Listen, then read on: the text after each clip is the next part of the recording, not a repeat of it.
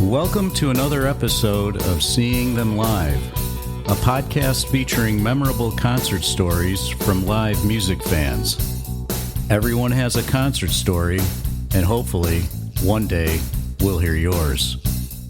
And then, of course, all hell broke loose, and then before you know it, we were international news of a Boston concert, violence on stage, and, it was this big thing. Welcome to our first ever Seeing Them Live year-end concert review show. We have assembled a panel of guests who have appeared on previous episodes of this podcast. And I'd like to give credit to two of the guests, Eric Green and Jessica Catena, who on separate occasions asked the question if we're ever going to do end-of-year concert review. So I want to thank you guys for that. Eric mentioned it in his interview, and then Jessica, you brought it up again. I'm like, maybe we should do this. And to get things started, I thought I'd do a brief introduction of everyone, and then we'll kind of stay in that order just to give it some structure. But by all means, chime in, comment as people talk about their list of concerts. This is a list of concerts, obviously, that everybody attended. You guys sent in a list. And in 2024, these are the concerts you went to. So we'll start with Eric. Eric Green is an award-winning writer, director, and producer of documentary films, features, and shorts. His films have screened at film festivals and independent cinemas all over the world, broadcast on television, and streamed online. In 2022, his documentary, Life on the V, the story of V66, was added to the Rock and Roll Hall of Fame's library and archives. And you definitely should check out his blog called Green's Party on Tumblr. He talks about albums and reviews concerts and movies and all sorts of music and culture stuff. So definitely check that out.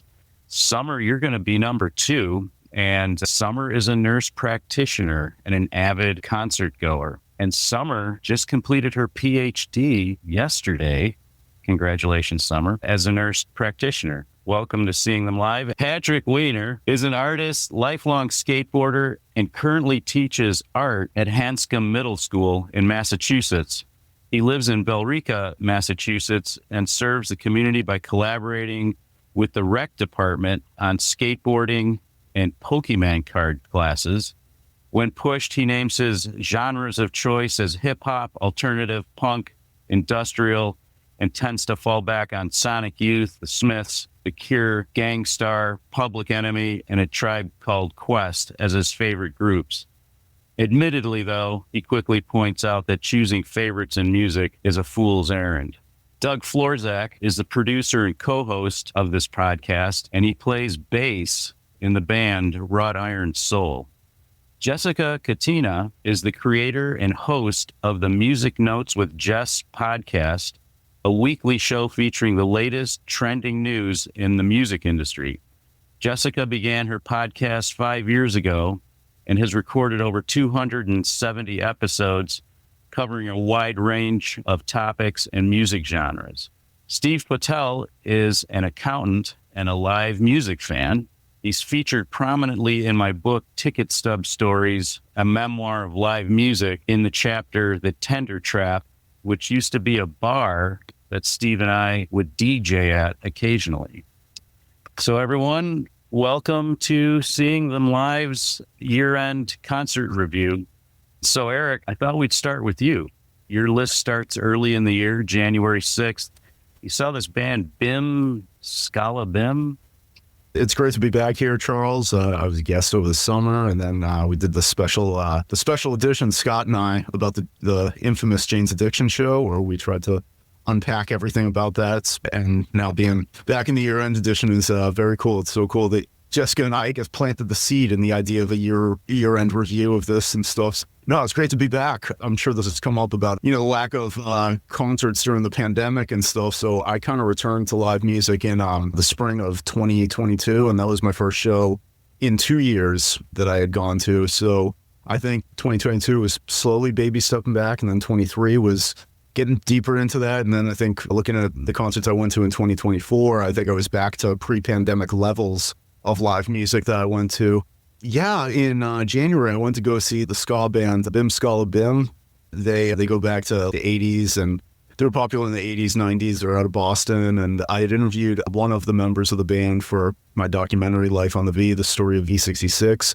I also had worked with one of the members of the band as well, and they're all spread out all over the world, and so they don't play that often. So when they do, it's like a big deal. So this one, because they're all like in their, I guess, early 60s now, they just did an afternoon show for all the aging hipsters. And that was a fun experience, just going to a concert in the afternoon in January and stuff. So that was really cool just to see them, and the fact that I knew some of the people there. And then a few months later in March, I got to go to Royale in Boston. I got to see the Dandy Warhols, who I had seen before, but this was really special. Charles has mentioned I have a pop culture blog where I get to review concerts and albums and talk to musicians. And I've talked to some of the members of the Dandy Warhols in the past, but for this one, I got to go to Royale earlier, just after soundcheck, and I got to interview guitarist Peter Hallstrom before the show, and then I got to check out the show. And yeah, it was great. They're a great band, 30 years strong, and still doing some good stuff. And they did some deep cuts, so that was a lot of fun. And then later that month, on St. Patrick's Day, March 17th, I got to see Sleater-Kinney, and that was really special because I hadn't seen them since 2002, not by choice. I just hadn't really gotten around to it. And they're a great band, and I think there's all the purists that are like, oh, they're not the same band without drummer Janet Weiss, who parted ways in 2019, but they put on a great show. They really emphasized the new album in the show, but especially seeing a concert in Boston on St. Patrick's Day is an event in and of itself, but then seeing them, I thought was it was definitely the most packed I'd seen the Paradise Club since I'd been there. And then keeping things going, in April, I went to the Wilbur Theater. I saw Matthew Sweet. It was my 6th time seeing him. And looking back at all the concerts I went to, I think this definitely was one of the most special ones because it was my 6th time seeing him. I had interviewed him over the phone a few weeks earlier, and it was just one of the best shows I'd seen him do. He had Debbie Peterson of the Bangles on drums. He had a really great band, and really emphasized a lot of the stuff off Girlfriend and 100% Fun. And then, of course, as some of you, I'm sure, had heard, 6 months later, he unfortunately suffered a stroke, and he's on his road to recovery now. And I think his live performances are on hold for the foreseeable future. And if that really was the last time I got to see him, it definitely was one of his best shows for sure. Yeah, then, let's see, June 21st, I went to Royale again, and this time I got to see The Church and Afghan Wigs, 2 college rock veteran bands. I'm very late to the party. I'd always had, an enthusiasm for both groups, but never really got heavy into them. But I got to cover that, and seeing them both there, it was really great. And I went down the rabbit hole of The Church and Afghan Wigs prior to going there, and yeah, it was really just seeing these 2 college rock 80s, 90s veterans, really something special. Can I ask a question about the Afghan Wig show? Sure. Did you and Greg Dooley bond over Monument Ave while you were there? We should have, yes. So sidebar, the first movie I ever worked on, I was an intern on Ted Demi's film Monument Ave. And Greg Dooley and Ted Demi were very good friends. The band Afghan Wigs appeared in Beautiful Girls, and then he had a small supporting role in Monument Ave and wrote a phenomenal song and scored the film. And I didn't get a chance to talk to him, unfortunately, Scott. I was hoping, we'd have that secret handshake that we were both part of that film. But yeah, you guys should check that out if you have a chance. But yeah, so that was really exciting. And then in July, when probably the first stadium show I went to last year, I saw Foo Fighters along with special guests The Hives and Amyl and the Sniffers at Fenway Park. My buddy Ron, he and I, it's become this annual tradition of him coming up and us going to a show. So we had gone to the 23 Boston Calling, which was only a few shows after they had announced Josh Freese as being the new drummer for Foo Fighters. And it was really just exciting. I think it's really special to see a show at Fenway Park. And I've seen Foo Fighters umpteenth times, and they never disappoint. That was really exciting. And then skip ahead, August, I went to Gillette Stadium. I saw Metallica. They're on this big stadium tour, do 2 shows in each city, and no 2 set lists are the same. So I went to one of them. My friend Mike and I, we had seen Metallica along with Guns N' Roses and Faith No More in 1992 in Foxborough. And then here we were 32 years later reuniting and going to see them again. So that was really exciting. Pantera was the opening act. And I guess the current lineup has Zakk Wylde and Charlie Benante of Anthrax. So that was cool. It was cool just to be there, see a show that was heavy on the Black Album and Master of Puppets. And then September 13th, Leader Bank Pavilion, I got to go see Jane's Addiction with special guests, Love and Rockets. Yeah, backstory, I had seen Jane's Addiction on Lollapalooza 91, and Scott and I are old friends, and we bonded over Jane's Addiction in high school, and we're still friends to this day. And I got to cover this show, and I got to bring him with PhotoPass to cover the show. It was really exciting just, to hang out with my old friend who early days were, fans of this group, and it was the original lineup, and we were really looking forward to it, and we had a great time. And then, of course, all hell broke loose, and then before you know it, we were just international news of a Boston concert and violence on stage, and it was this big thing. We'll get to that in a minute, of course, Scott, but that was just being there with my friend Scott and getting to see this original lineup. It was a good show until it kind of fell apart at the seams. It was cool just to, where were you when this happened kind of moment. It was fun just to feel almost like you were a reporter versus a music critic, like this is what I saw happen kind of thing. Whereas I feel like Matthew Sweet kind of went out. If that was my last time seeing Matthew Sweet, that was a phenomenal show. I'm just glad I saw Jane's Addiction back in 1991 on Lollapalooza at that time. So yeah, and then within that same week, I got to go back to Fenway Park. I saw Pearl Jam. It was my third time seeing them, and they're just a well-oiled machine. That's if you're going to see a concert, a big stadium concert, I thought Pearl Jam really did a fantastic show there. And also, a lot of the time when I cover these shows, I never know, like in terms of press passes, where I'm going to be. And I was on the turf at Fenway Park. This was the most phenomenal view I've ever seen at a concert at Fenway Park ever. And then that same week, I got to go see Ringo Starr and his all-star band, lifelong Beatle fanatic, and this was my third time seeing Ringo. And he's been doing this for many years, where he has an all-star band where he'll sing some Beatle and solo hits, and then other people in the band will do some of their hits. So Colin Hay from Men at Work will sing a few of their hits, and one of the guys from Toto and other people. And it was just such a contrast to see this band that really enjoys being on stage and is playing well off each other to earlier in the week seeing Jane's Addiction, where it was just falling apart at the seams there. But overall, I thought it was a really great year for concert tours. I thought, especially post-pandemic and everything, slowly, getting back out there and seeing bands going back on the road and stuff. I thought this was a really great year for live music, especially the experience of going with Scott to Jane's Addiction, my friend Ron to Foo Fighters, my friend Mike to Metallica, looking at the concert experience as a whole of reuniting with friends through music. I think was definitely something really special for sure. That sounds like quite a busy year you had there, Eric. I thought it was really cool too. You with Matthew Sweet, you put his GoFundMe link, and he talked about that, and you could donate money to his cause to help his recovery and such. So yeah, check that out, his GoFundMe page. Charles, when I talked with him back in April, or earlier this year, he had released a solo album of a live concert he did in Chicago in 1993, I believe. I don't know if you listened to it. It was during the, I think, Alter Beast era. Was that at the Park West? It was an outdoor venue. I don't know if it was Grant Park. I saw him, God, I'd have to consult the ticket stubs. Yeah, like around that period, it was at the Park West, which was an indoor place, a smaller place. So this was a live album? Yeah, live in Grant Park, Chicago, Illinois, July 4th, 1993. Yeah, that's a WXRT radio station in town, and they always did the free 4th of July concert. So he must have been the headlining act, I would imagine. Cool.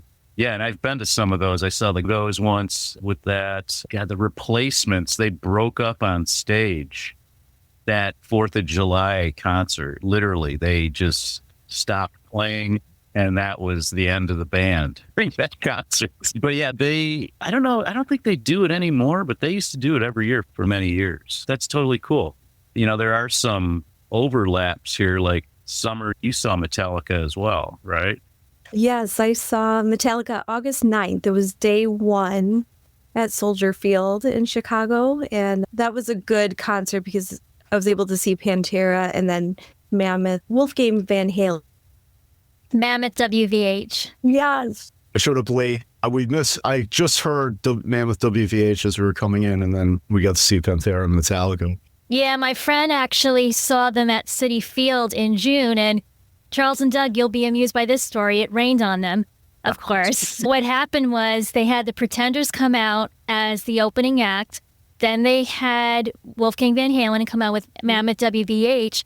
And then what happened was Foo Fighters was supposed to come out, and it started raining. So they actually had to take a temporary recess. They were going to try to treat it if it was going to be like when they do with the rain delays, because, of course, I have experience having a rain delay at Citi Field, too. But what happened was they canceled the concert the rest of the night. So everybody who went that night in July, was given a free ticket to come back the next night, and Foo Fighters performed just for them.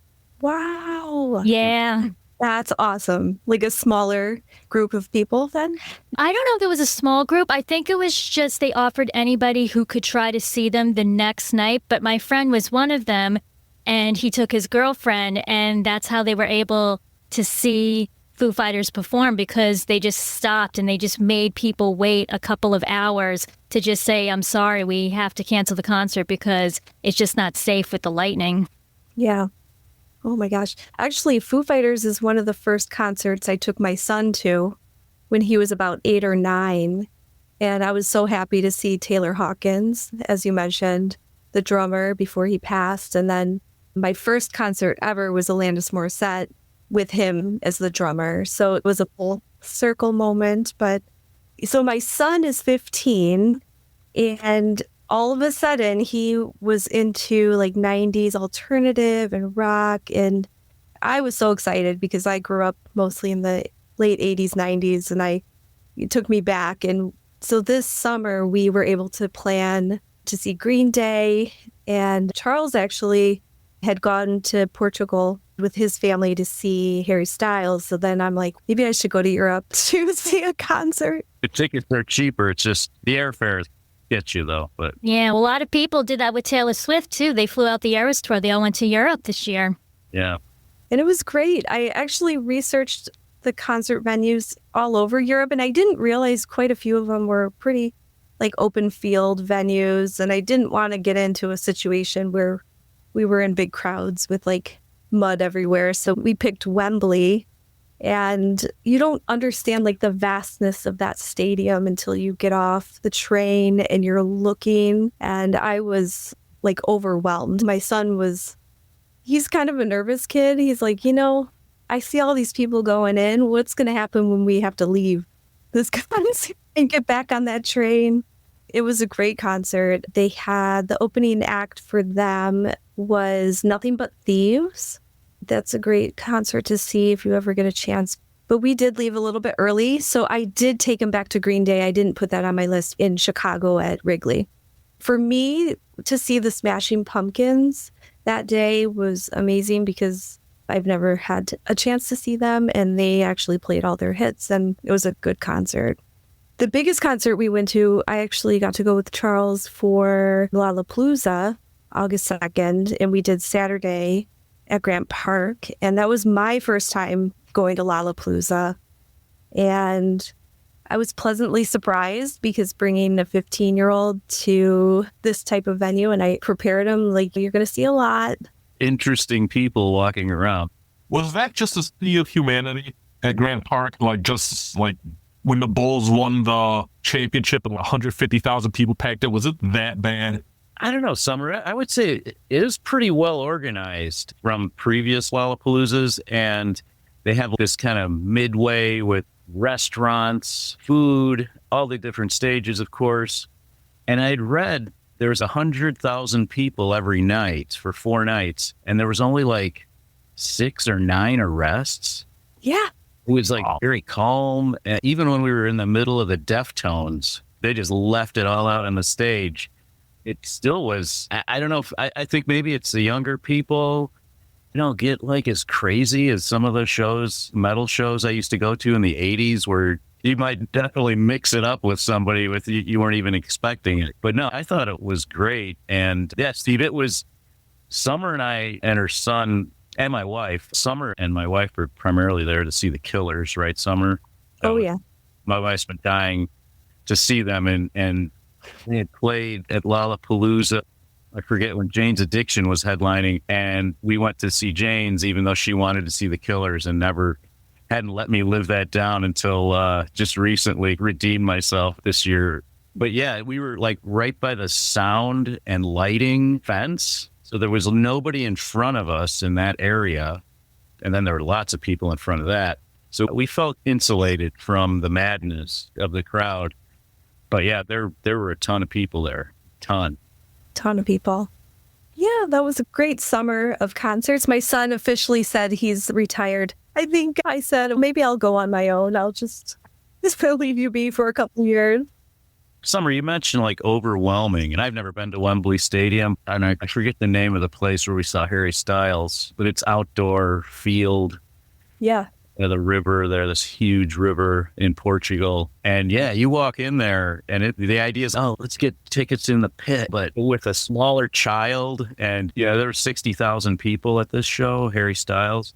And I was glad we were like on what they call the front pitch and not in the pit, even though that's not like a mosh pit, but they called it a pit. I don't think that would have worked out too well. No, definitely. I don't know if you wanted to talk about Lollapalooza, Summer. Oh, yeah. The bands we checked out, I wrote them down. The first one we saw was Frico. I guess they're a local band from Evanston. Is that correct? Yeah. And then they had some sound issues and no real shade areas. It was hot that day. It was probably upper mid 90s. Yeah, it was brutal. It was brutal. But they were passing out waters. They're making sure everybody was okay. So I think we knew that, okay, we can do this. The second act we saw was Infinity Song. Do you remember them, Charles? Yeah. I think they're family members, and they were on one of the side stages. Very good, great performers. Easy to listen to. I've never heard their music before, but they were great. I think the favorite of ours was Bridget Calls Me Baby. They were really good. Really good. A tiny, tiny side stage. I think they played twice that day, 2 or 3 times, but just great performer. He reminded me of the main singer of the Killers. Very good singing voice, big time performer, great sound for that tiny stage. It was like under a tent. It was like a Toyota stage, and people just kept going in there. And I'm thinking, where are they putting all these people? Because we kind of hung back a little bit. But yeah, the guy's voice, the lead singer, I don't have his name written down, but at times sounded like Roy Orbison. Yes, I was just going to say that. So they were fantastic. So fantastic. My son really wanted to see the boy with the uke, U-K-E. I don't know if you say it, but it was a single guy completely covered from head to toe. I don't think we could even see his face. Yeah, he had a mask on and a hoodie. Yep. It's unfortunate if that's your look when it's 95 degrees and 99% humidity. He was dying. He was complaining the whole time about the heat. It was pretty funny.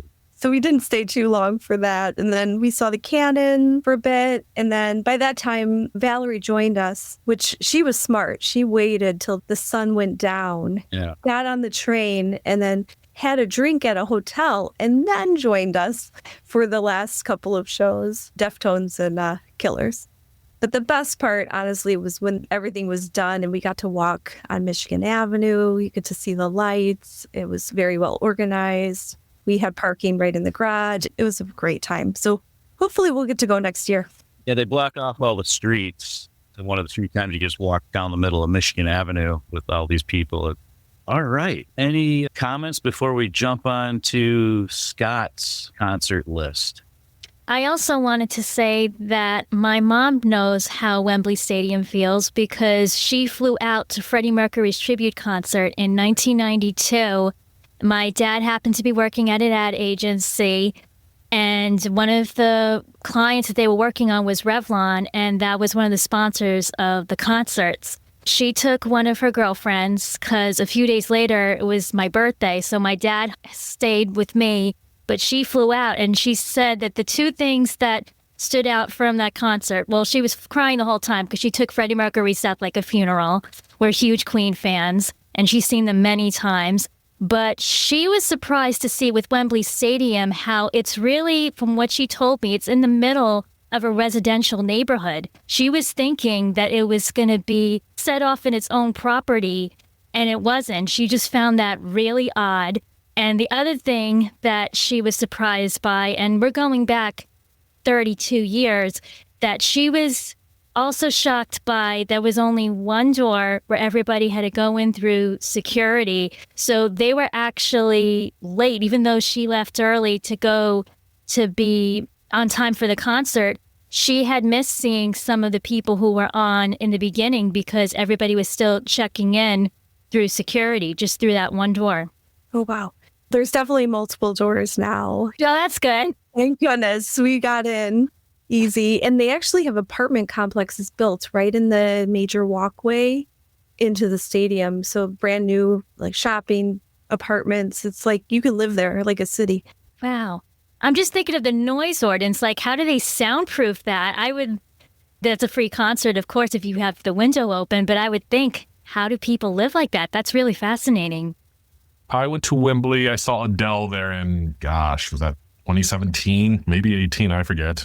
But yeah, they had just built all that stuff. And it's amazing just what a sea of humanity that can be there. But just perfectly organized, but just a sea of people. It's really hard to imagine it. I mean, I would equate it almost to like going, to use college football, maybe going to the Horseshoe or going to Neyland Stadium, Tennessee, which just seats 100,000 people. It is just everywhere you look, just people, but it well organized, but just it'll blow your mind if you're not expecting it.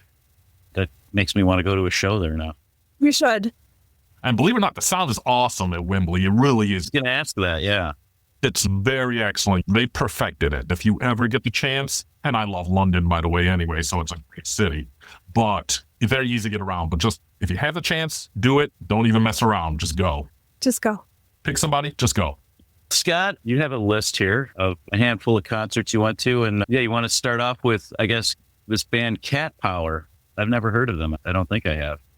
Yeah, Cat Power is a person, not a band. Oh, okay. It's a Sean Marshall's project. Starts in the late part of the 90s with some of the mopiest, dreariest, saddest, most light a candle in a dark room and drink whiskey alone kind of music. And then it got really bluesy in the 2000s. Like he turned into like a blues outfit. But yeah, I actually left one band off the list, but I'll get to sequentially. But yeah, Cat Power is the first show I saw this year. Cat Power is a huge Dylan fan, and she finally had enough clout to cover the entire Royal Albert Hall concert. So she put that out as a record. She played it once, and then I guess it did well enough that she toured it. So I had bought these tickets for my dad and I, so I could take him to go see the show. Because my dad's really responsible for a lot of how I got into music. Like he introduced me to Dylan. Like I'm not like a huge Beatles fan, but the White Album is like one of my favorite records ever made because of my dad and how often we listened to it. I think I said Dylan, like Richie Havens was in there. It's really important. Some parts of the Who, I guess. So, my dad's like, he's 76 now. And I was like, wouldn't it be cool to take my dad to see this woman perform the Royal Albert Hall show? So it kind of meant a real lot to me to be able to take him to see one of my favorite artists playing one of his favorite artists. And it was nothing short of exhilarating, really. It was awesome to be there with my dad and experience like his favorite music and some of my favorite music. And yeah, I'm glad I got to do it because he's getting up there and it's not going to be here forever. So I was really happy to do that. And yeah, it meant a lot. So that was started the year off with a bang. And then, so Rival Schools is one of Walter Schreipel's bands. I guess famous is a relative term, but he's known for fronting a band called Quicksand, old post-hardcore outfit coming out of the early 90s, Revelation Records. He eventually got onto a major label for a little bit, put out a couple records. But then he went on and did this Rival Schools thing, which was a bit more song oriented, a bit more melodic than what Quicksand was doing, which is a little bit harder edged. I never got to see them when they put out their first record. And if you have not heard Travel by Telephone by Quicksand or by Rival School, that's on the United by Fate record, is one of the great openers to any rock album I've ever heard.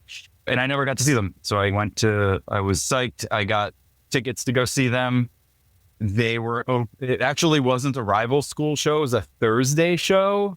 And I am not into Thursday. I do not care what they do. I don't care about their music. I don't like how they're one of these bands that ruined emo for the rest of us kind of people. So I went with my friend. We saw Rival Schools and other friends were there and they were like, "Oh, you're going to stick around?" I'm like, "Absolutely not. I am here for Rival Schools. I am going to watch them and I'm going to go home."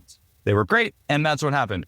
The one that I left off happened on May 15th. This is probably the most important show I've ever gone to in my life. It was a band called Wussy. It happened on May 15th. It was in Charleston in somebody's living room. They were just playing. It was the two singers for Wussy playing acoustic stuff. And so they're a Cincinnati, Ohio band. For those of you who don't know them, they are Robert Christgau darlings. Somehow Robert Christgau loves this band. Can't say enough good things about them if you value anything that guy says. But Wussy is a band where I have been singing a selection of their songs to my kid since the day that she was born. So she was born in 2015. I'd gotten into the band around that time. And I got to take her to go see Wussy as her first concert.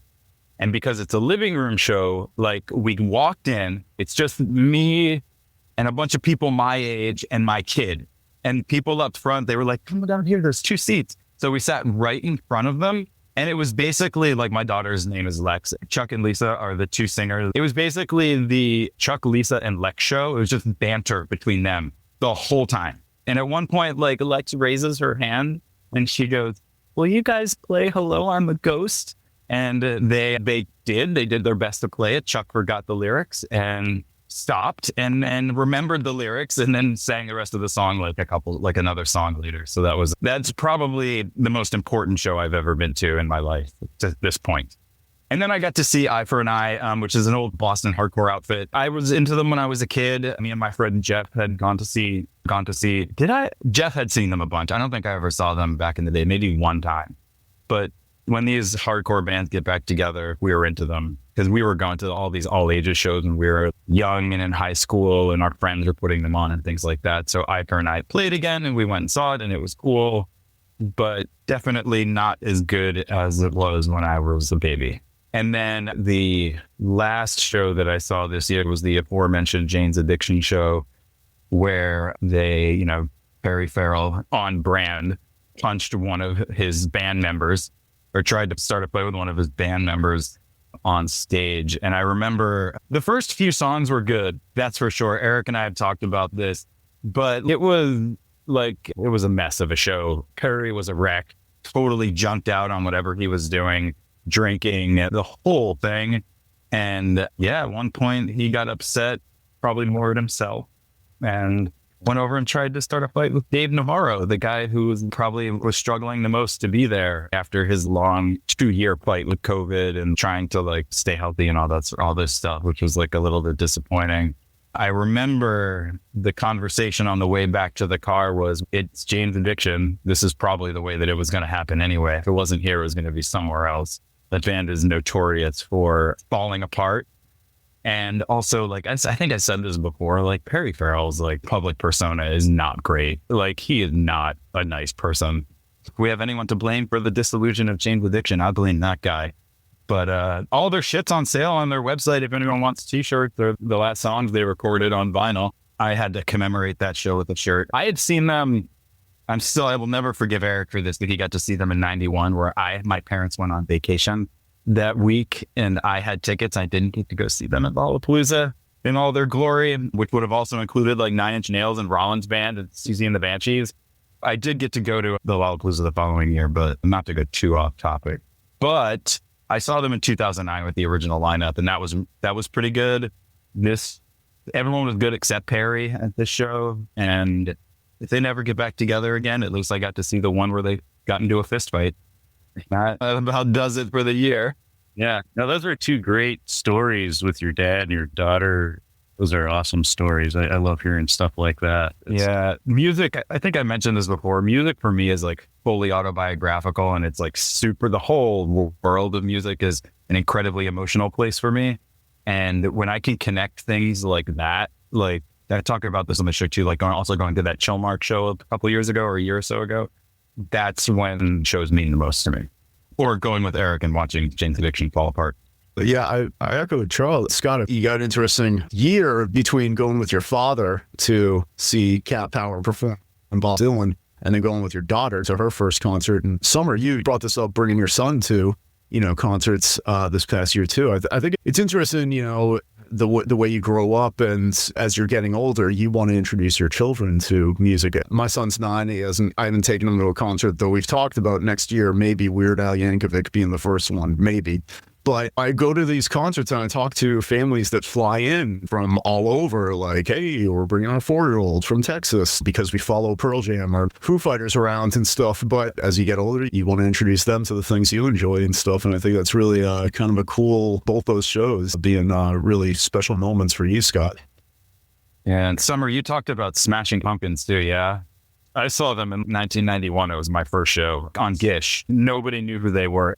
There are a couple other no-name bands there too, Scott. Yeah, the Smashing Pumpkins, that was a no-name band. So it was Pearl Jam opening for the Chili Peppers before Under the Bridge hit at BU on an ice skating rink. What? Wait, was it Northeastern or BU? It was BU. Whoa. It was definitely BU. Yeah, I've tracked it because my memory is fuzzy. But yeah, even, you're right, Eric. I actually don't even really go to shows unless I'm going with someone who I care about. I went to see Jane's Addiction with Eric, the Eye for an Eye, and the Rival School show. I went with my friend Jeff, who we were going to hardcore shows together, my daughter with Wussy, and then Cat Power with my dad.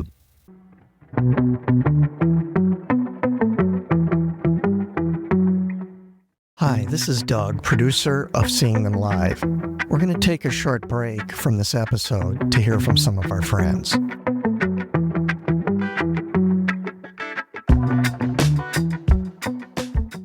Hey everybody, it's Ray the Roadie. And this is Hollywood Mike with the Rock and Roll Chicago podcast, coming to you from the Illinois Rock and Roll Museum on Route 66 in Joliet, Illinois. Where once a week we are interviewing local musicians and singer-songwriters, and the podcast itself covers a wide range of topics, including, but not limited to, the history of rock and roll in Chicago, the current state of the scene, and the challenges and opportunities facing musicians today.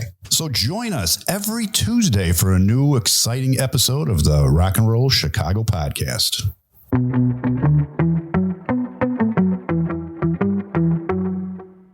Now, back to the show.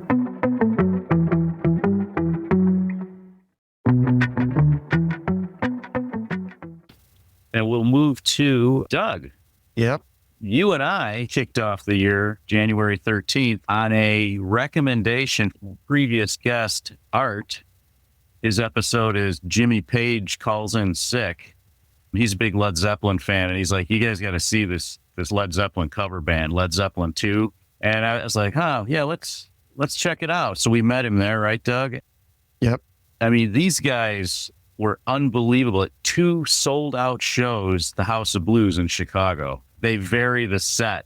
One night is more, what would you call it, Doug? Like, not acoustic.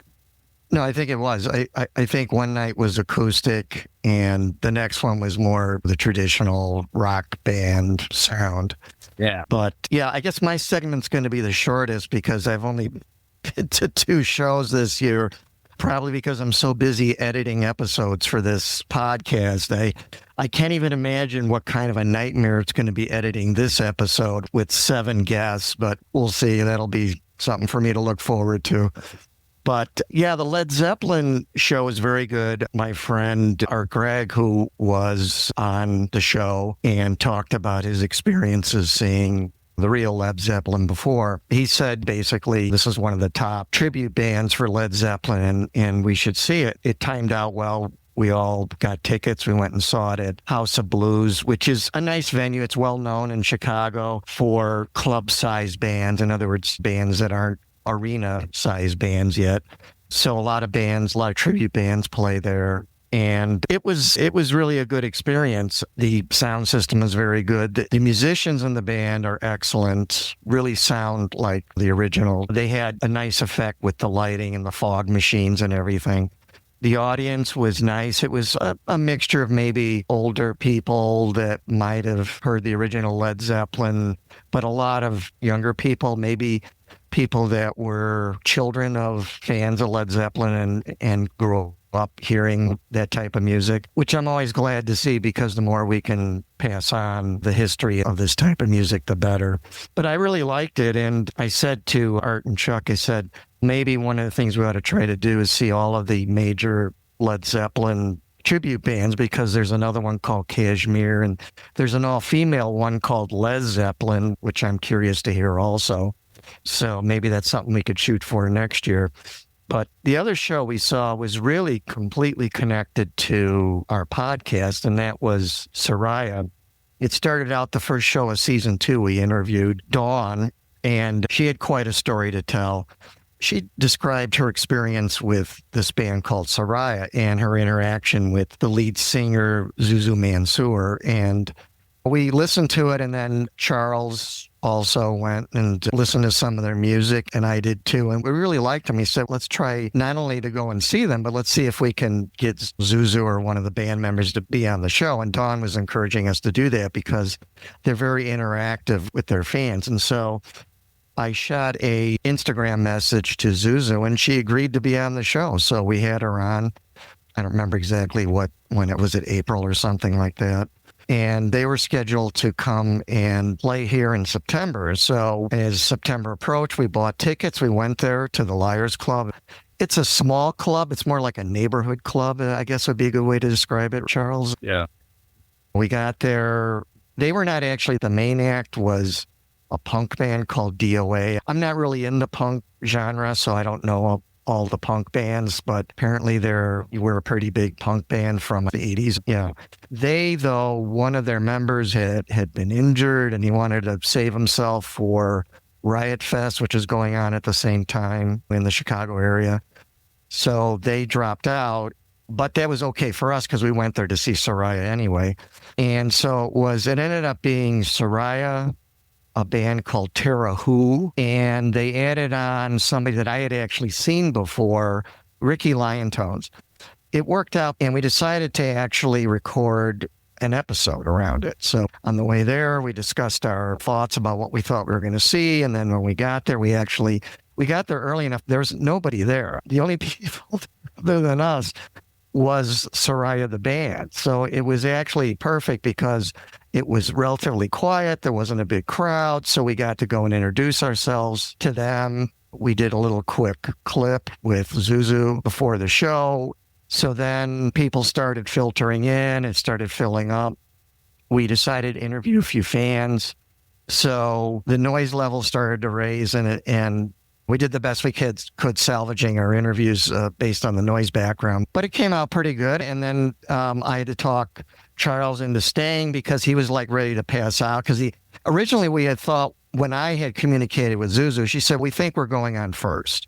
And we thought, oh, this is great. We're a couple of older guys. We don't like staying up late. Yeah. That was like 8:30. They were supposed to come up. Oh, 8:30, maybe to 10. We're out of there 10:30 the latest. But when DOA dropped out, it reshuffled everything. She talked to the manager of the place. So what they shook out was that actually it was going to be Ricky Liontones, Terra Who, and then Soraia was going to go on last. And when that was 1:00 in the morning. Yeah. So we were on the hook to 1:00. And I said to him, well, I'd like to see at least one or two songs. So yeah, I talked him off the cliff. He got his second win, and we actually ended up seeing their whole show.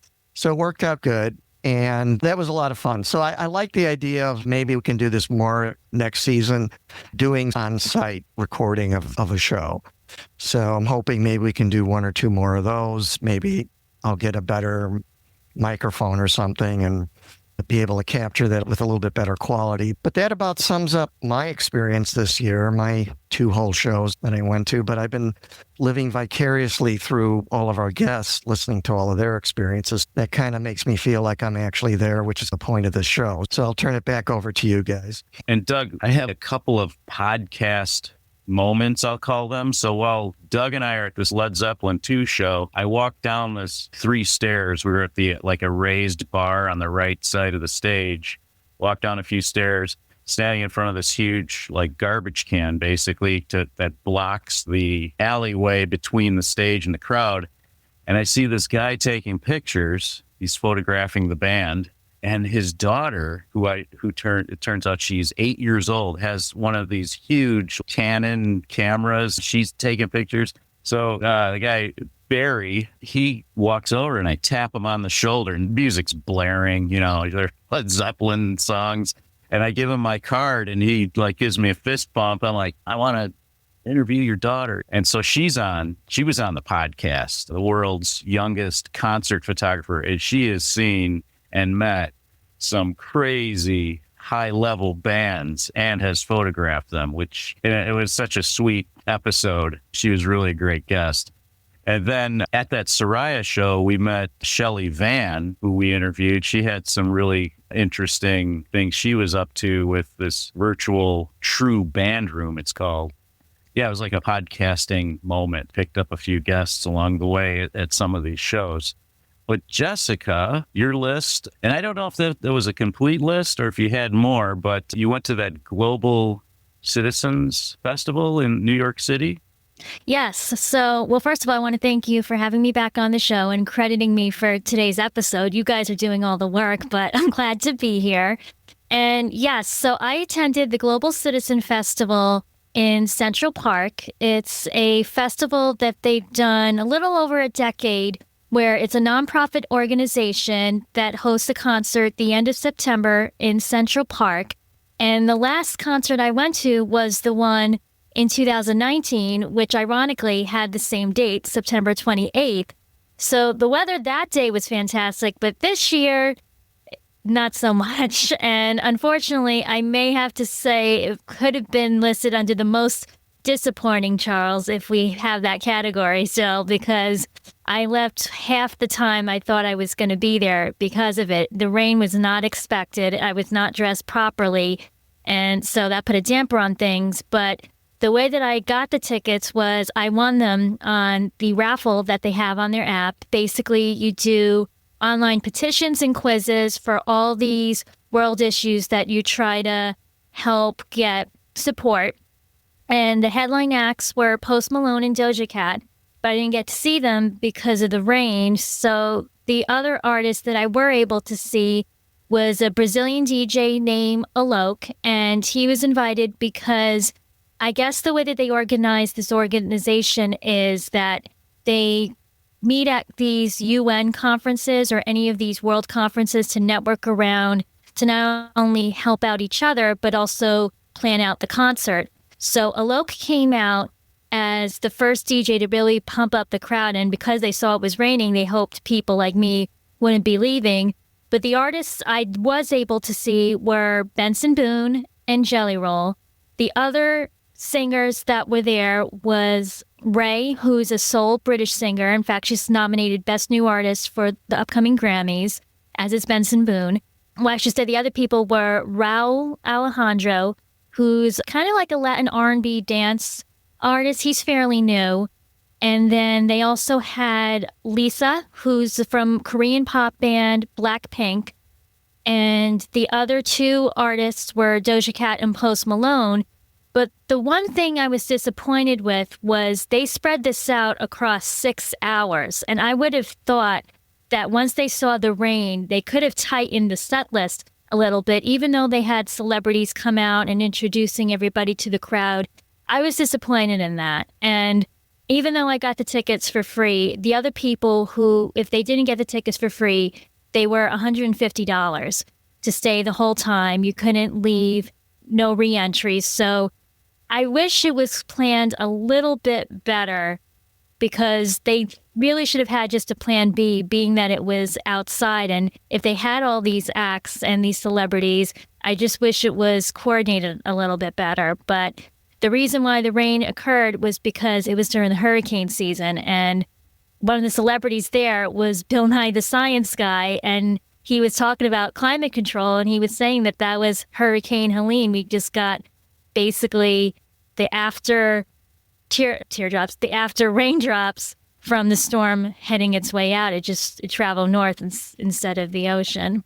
In your interview, Jessica, which is George Michael sings to Jessica, in it, you are plagued by rain frequently. Yes, I am. I'm starting to also look at indoor venues for next year's concert because it just seems like it's too big of a risk to do the 50% chance of being outside. Yeah, but you turned to technology to finish off the concert, right? I did, yes. So what happened was that was recorded on a live stream. So by the time I was getting back home, I was able to see the rest of the concert and see Doja Cat and Post Malone through their YouTube channel. And whatever I missed, I saw it the next day. And I know that's the antithesis of what this show is about, Charles, but it did make me feel like I do have some sort of credit of having them on my digital ticket stub where I could say, okay, so I did get at least the access to see the show. So that's one perk where technology came in handy, because it really is a shame where I could have just missed out on those acts and just seen they had a chance. And I tried, but I would have gotten sick if I stayed there because I did not have the proper sweatshirt with me and my clothes were actually stuck to me. So I just said, it isn't worth it. If it was another 2 hours, I maybe could have winged it. But for another 4 hours that I would have been there, and I don't live close to New York City. I'm an hour north. So it just wouldn't have been a good idea to stay that long. And the person who I had brought with me, they even left a little earlier because they burn as brave. They kind of withstand the rain. Yeah, that's not good when it rains like that. But I think I've mentioned before in the past, my friends and I go to the Salt Shed, my wife and I, a lot too. It's in Chicago. It's a new venue. And they have an outside fairgrounds and then the indoor part. And they sell raincoats there for $15. They have snaps, they have pockets, they have a hood with a drawstring.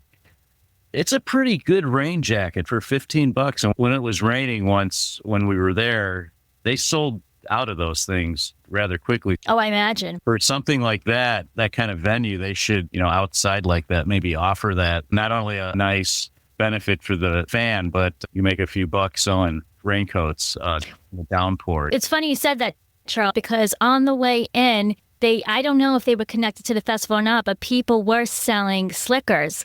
And the only reason why my friend bought it and I didn't is because I didn't have any cash on me, because they gave perks where if you won on the app, whatever they were serving for food, they had a discount and you just showed your ticket, because they were trying to be all environmental. They were trying to have no cash or no bags or no anything. It was basically trying to just keep everything so simple. In fact, this is the second time where I mentioned when you interviewed me last time, there was no alcohol at this concert. It was only water.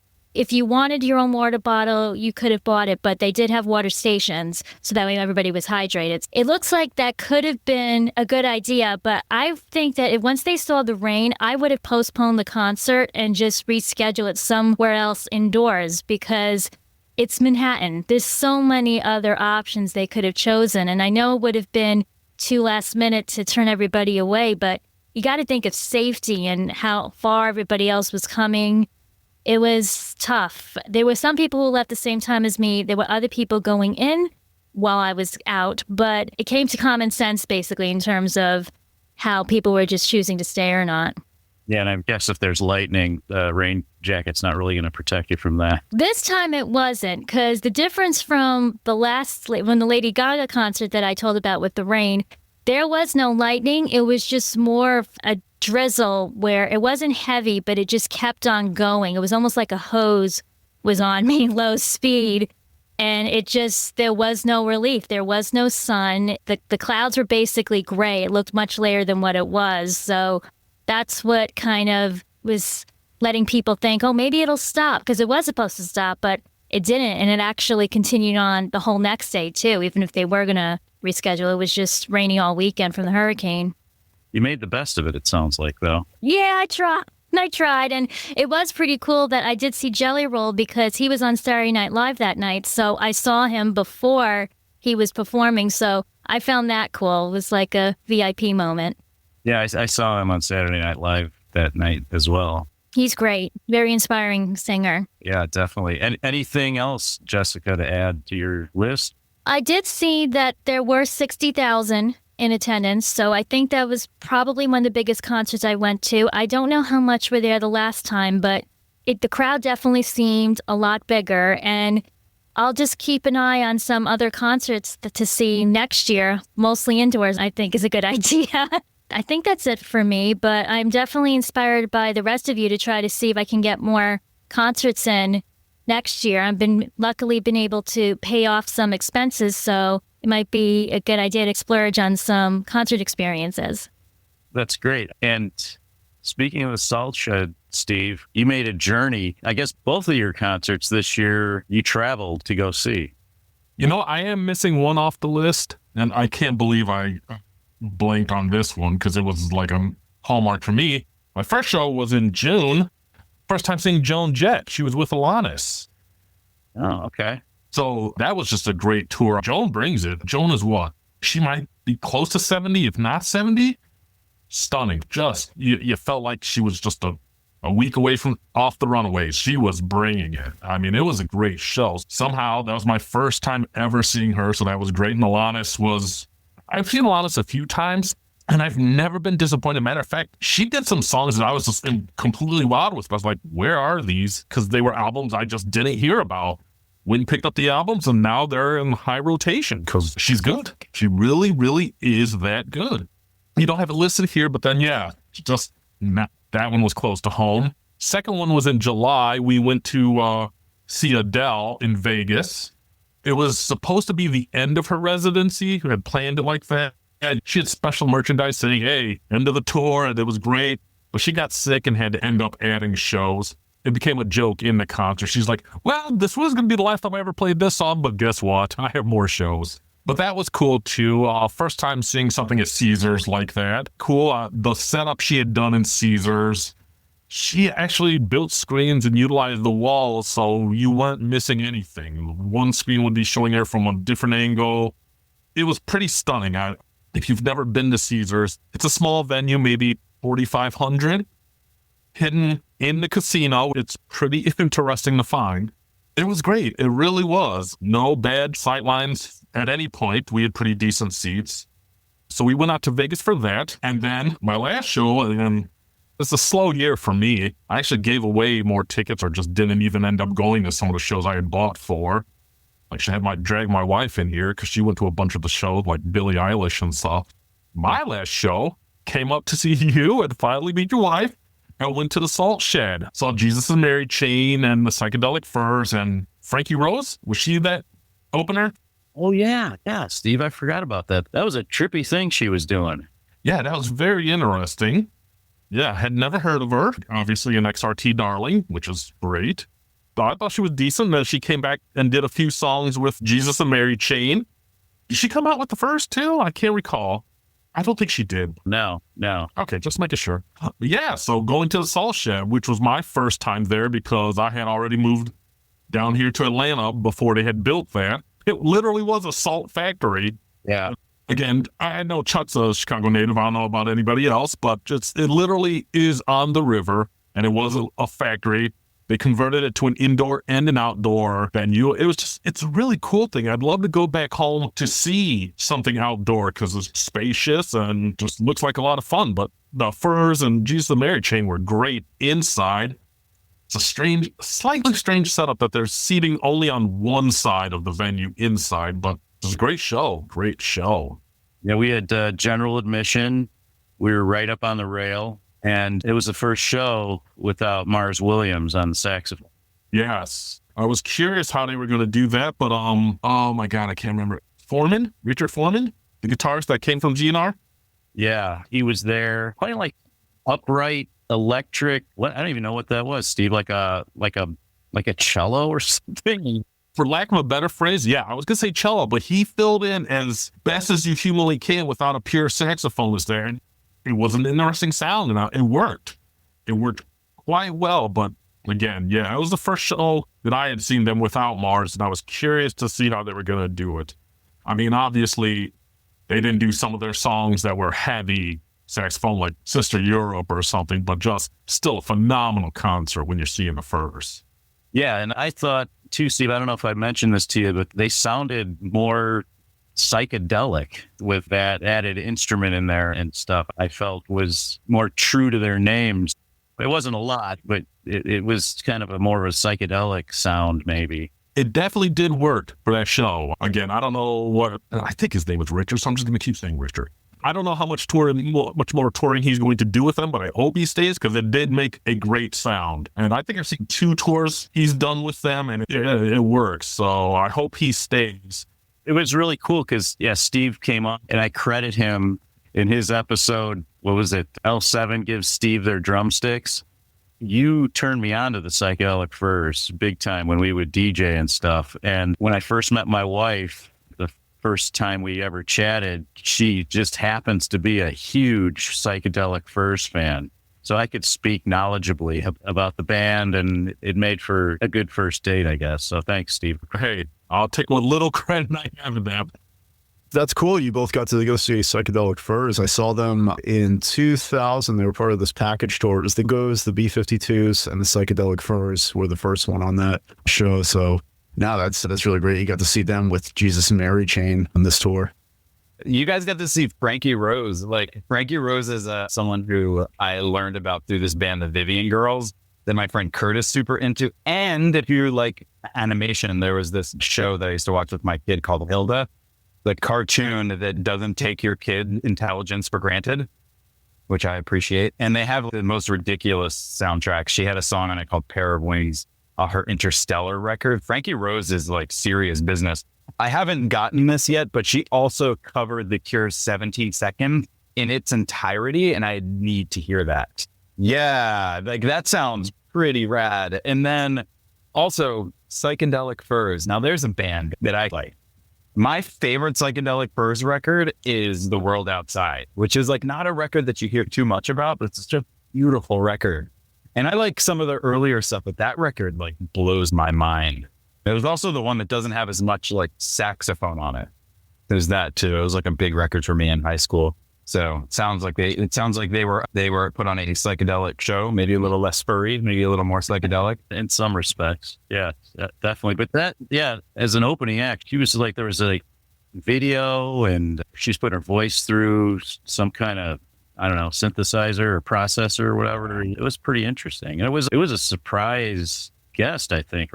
Yeah, she wasn't listed on anything, and then she came out and she had that video set up that you could barely see her on stage. I mean, I don't know if that's part of her shtick or whatever, but she sounded great. But it was just so weird. It's like, we're here to see you, but we can't see you. Yeah. Luckily, we were that close, and you could, with the stage lights, you could. But I could imagine someone being further back and like, where is this girl? Because there were very little lights. We literally were on the rail, though. I never really thought about this before, but as we're talking about it, she owes some kind of debt to Hope Sandoval from Mazzy Star, who, just for fun to say out loud, is recording a record with Warren Ellis right now. And I forget the guy's name. Dave Roback, the other half of Mazzy Star, passed recently, and it was unclear whether or not she would make music again. But Warren Ellis, like, that's serious business. The work that he's done with Nick Cave alone is like worth its weight in gold. I'll have to revisit that because it was a good performance. Short on a double bill with an added third act. She wasn't out there that long, but definitely interesting visually and sonically. Anything else, Steve? Yeah, like I said, I myself only made it 3 shows. I sent the wife along to see Eilish just because literally that day I was like, I can't do it. I don't know if I could deal with screaming girls or anything here. Take the hotel room, take a friend. And the horror story on that is a podcast for later, but I was just like, go.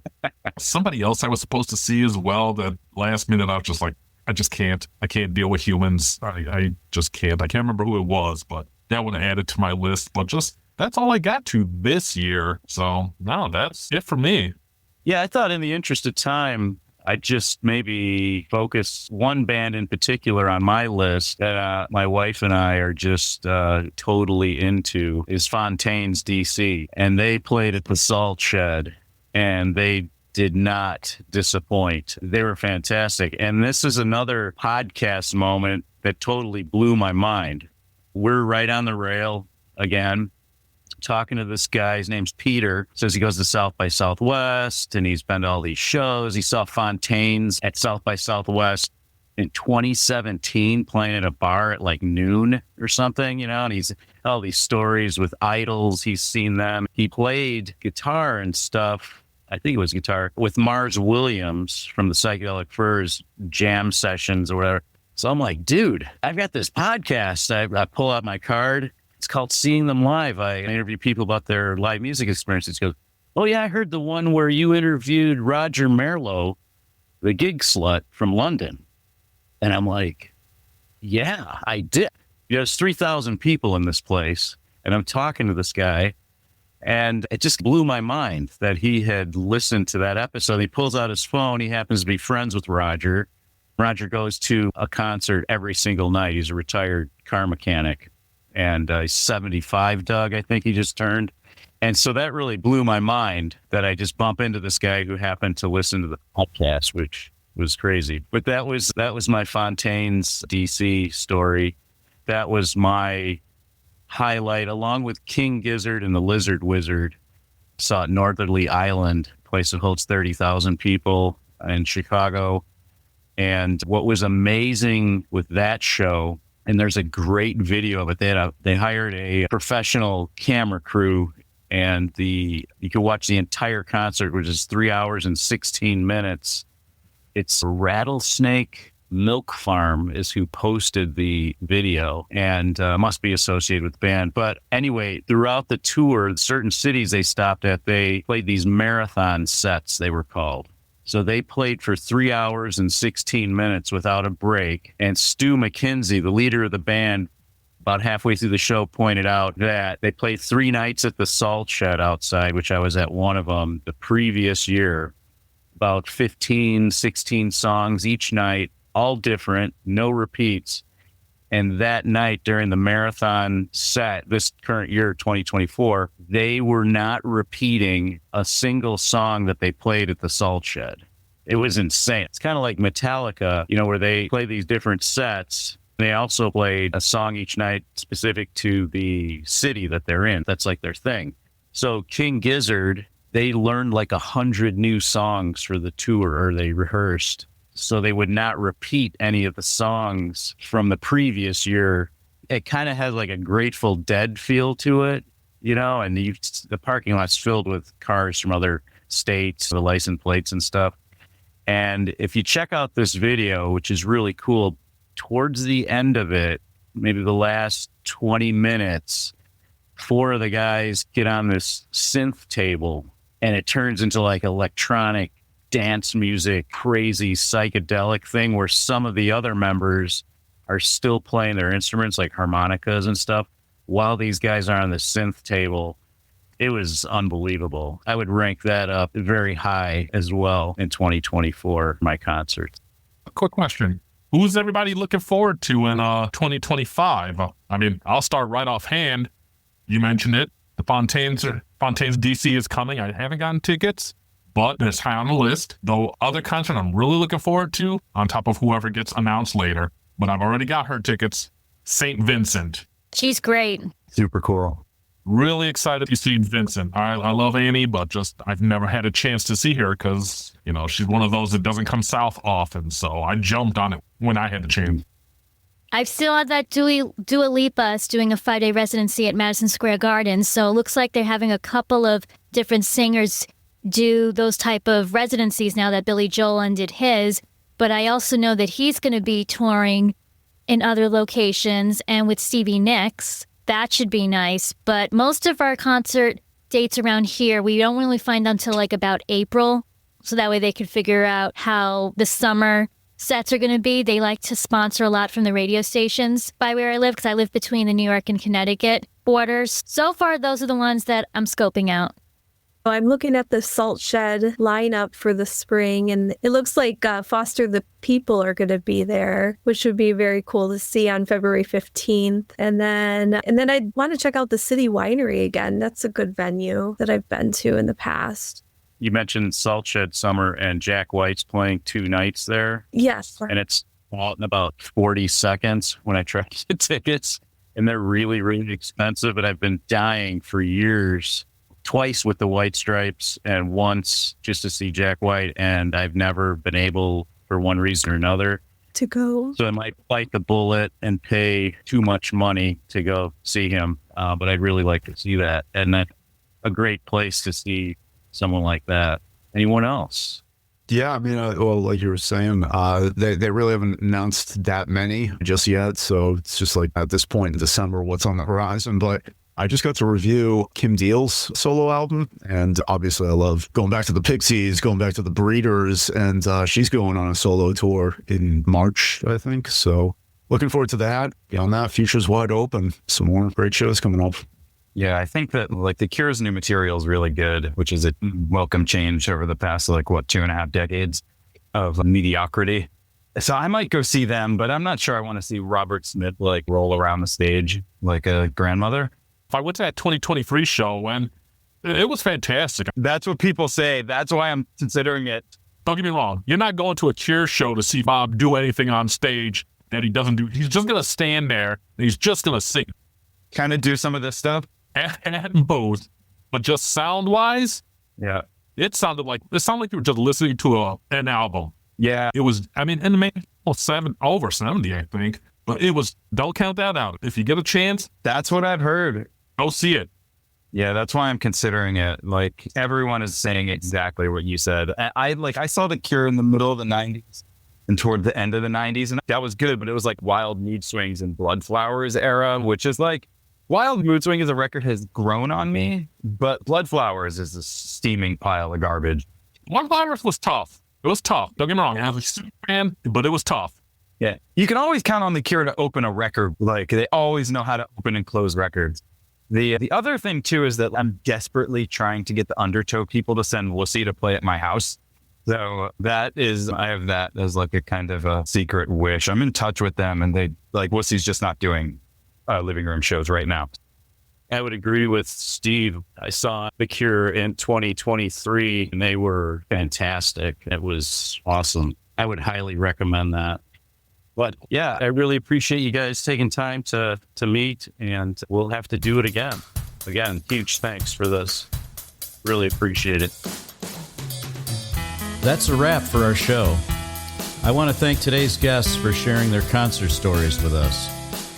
Make sure to check out our show notes at seeingthemlive.com for links to websites, photos, and other artifacts mentioned in the show. I also want to thank my producer, Doug Florzak. The theme music for the show was composed by Doug and is featured on his album, Flagstone. If you have a concert story you'd like to share on our podcast, please visit our website and click on Become a Guest in the main menu. Then fill out the form and click the Submit button. If you seem like a good fit for the show, we'll contact you via email. I guess it's time to head for the exits. We'll see you next time on Seeing Them Live.